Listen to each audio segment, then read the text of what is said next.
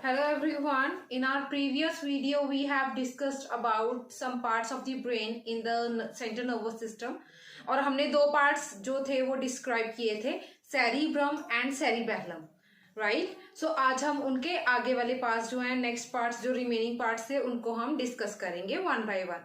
But उससे पहले हम एक बार brain की structure को थोड़ा remind में लेकर आते हैं. So this was our brain, right? ये जो पार्ट था ये कौन सा पार्ट था? सेरिब्रम. अगर आपको याद होगा तो इसमें हमने लोब्स डिस्कस की थी, राइट? ओके, सो एक हमने डिस्कस किया था सेरिबेलम को. सेरिबेलम जो जिसे हम क्या कहते थे? स्मॉल ब्रेन कहते हैं, और जो क्या है दो हेमिस्फीयर्स में डिवाइडेड होता है, राइट? ऑक्सीपिटल लोब की साइड में होता है, बैक साइड पर होता है.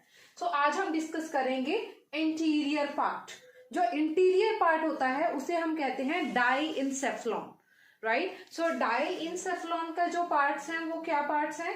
थैलेमस आता है इसमें, नेक्स्ट इसमें क्या आता है?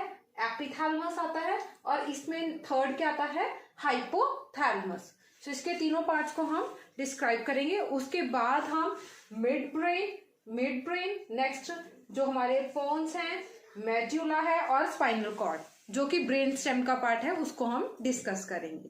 सो अभी हम फर्स्ट डिस्कस करेंगे डाइइनसेफलॉन को. सो अभी हम डिस्कस करेंगे डाइइनसेफलॉन के पार्ट्स को. So there are 3 parts: thalamus, epithalamus and hypothalamus, right? So जो थैलेमस का क्या फंक्शन है? पहला फंक्शन है कॉन्शियसनेस रखना.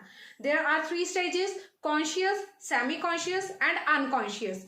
हम कॉन्शियस होते हैं जब हम अपने एक्सटर्नल इन्वायरमेंट के लिए बिल्कुल अवेयर होते हैं.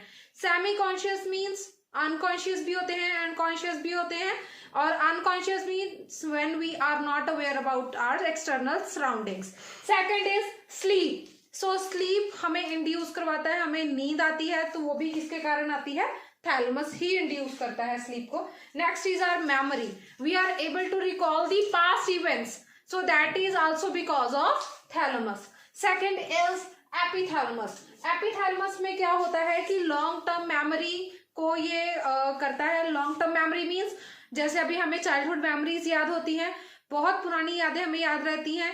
हमें अपना डेट ऑफ बर्थ याद है, हम छोटे होते कहीं ट्रिप पर गए थे तब हमें याद है कि वो वाली जो मेमोरीज होती हैं, those are the long term memories.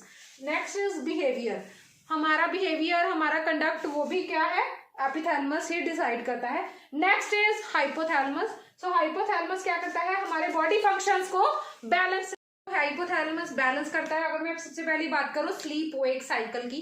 Sleep wake cycle समझना बहुत इजी है. Such as have you ever wondered कि बिना अलार्म लगाए आपकी एक पर्टिकुलर टाइम पर ही आंख क्यों खुलती है, राइट? सो वो क्यों होता है? That is controlled by hypothalamus, right? हमें एक पर्टिकुलर टाइम पर नींद आती है, पर्टिकुलर टाइम पर उठते हैं. Second is physiological cycle. Physiological cycle की सबसे अच्छी एग्जांपल है मेंस्ट्रुएशन साइकिल.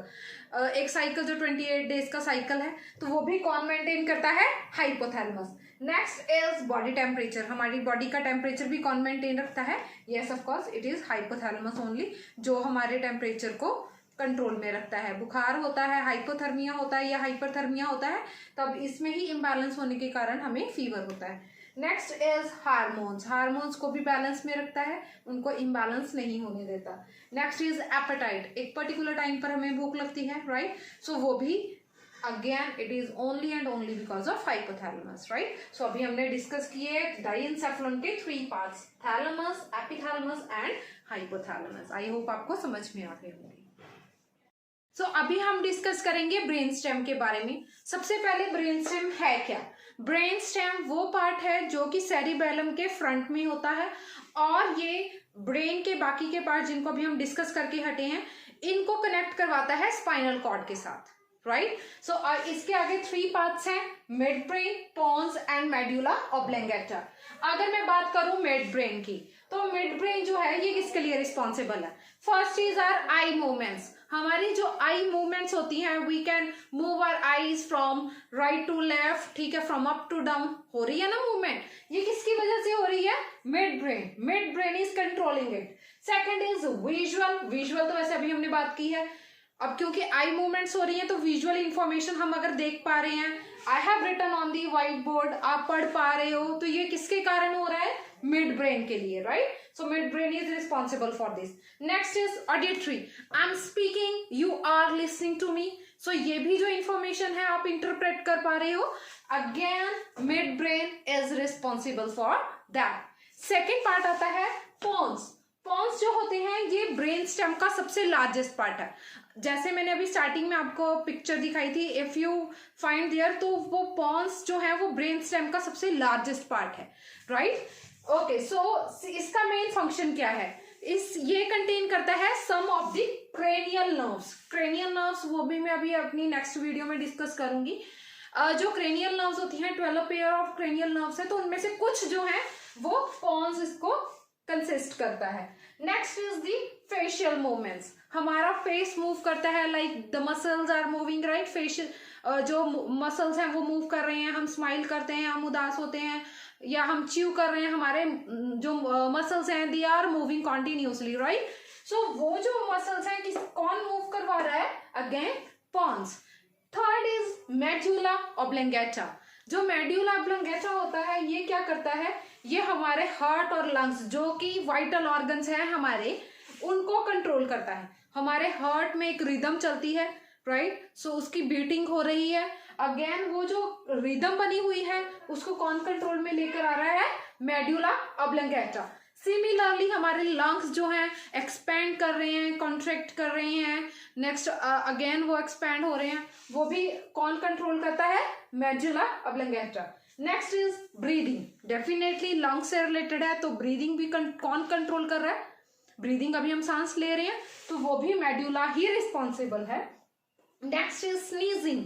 हमें कोई एलर्जिक एलिमेंट हमारी नोज में एंटर करता है तो साथ ही हमें स्नीजिंग स्टार्ट हो जाती है, वो भी मेडुला ही उसको आगे फॉरवर्ड करता है. Next is swallowing. वो जो स्वेलो हमारा रिफ्लेक्स होता है, हम कोई भी चीज खाते हैं तो साथ के साथ ही हम उसे स्वेलो करते हैं, अगेन मेडुला ऑब्लंगेटा इसमें हेल्पफुल होता है. सो ये तीनों फंक्शंस करते हैं, अलग अलग ब्रेन स्टेम का ही पार्ट है, राइट. सो अभी हमारा एक पार्ट रह गया and that is spinal cord. तो स्पाइनल कॉर्ड क्या है? स्पाइनल कॉर्ड की अगर मैं सिंपल बात करूं तो ये एक लॉन्ग फ्रेजाइल पार्ट है, ठीक है. अराउंड 33 वर्टिब्रेट्स को ये कनेक्ट करता है और this is also play a important role. So ये जो थे हमारे ब्रेन के फंक्शंस हैं जिनको मैंने ट्राई किया है आपको ब्रीफली समझाने में, राइट. सो अभी जो हमारी नेक्स्ट वीडियो है उसमें हम डिस्कस करेंगे हमारी क्रेनियल नर्व्स को. सो अगर आपको कोई ये वीडियो अच्छी लगी then please like it and subscribe my channel अगर अभी तक नहीं किया है. And thank you for watching this video.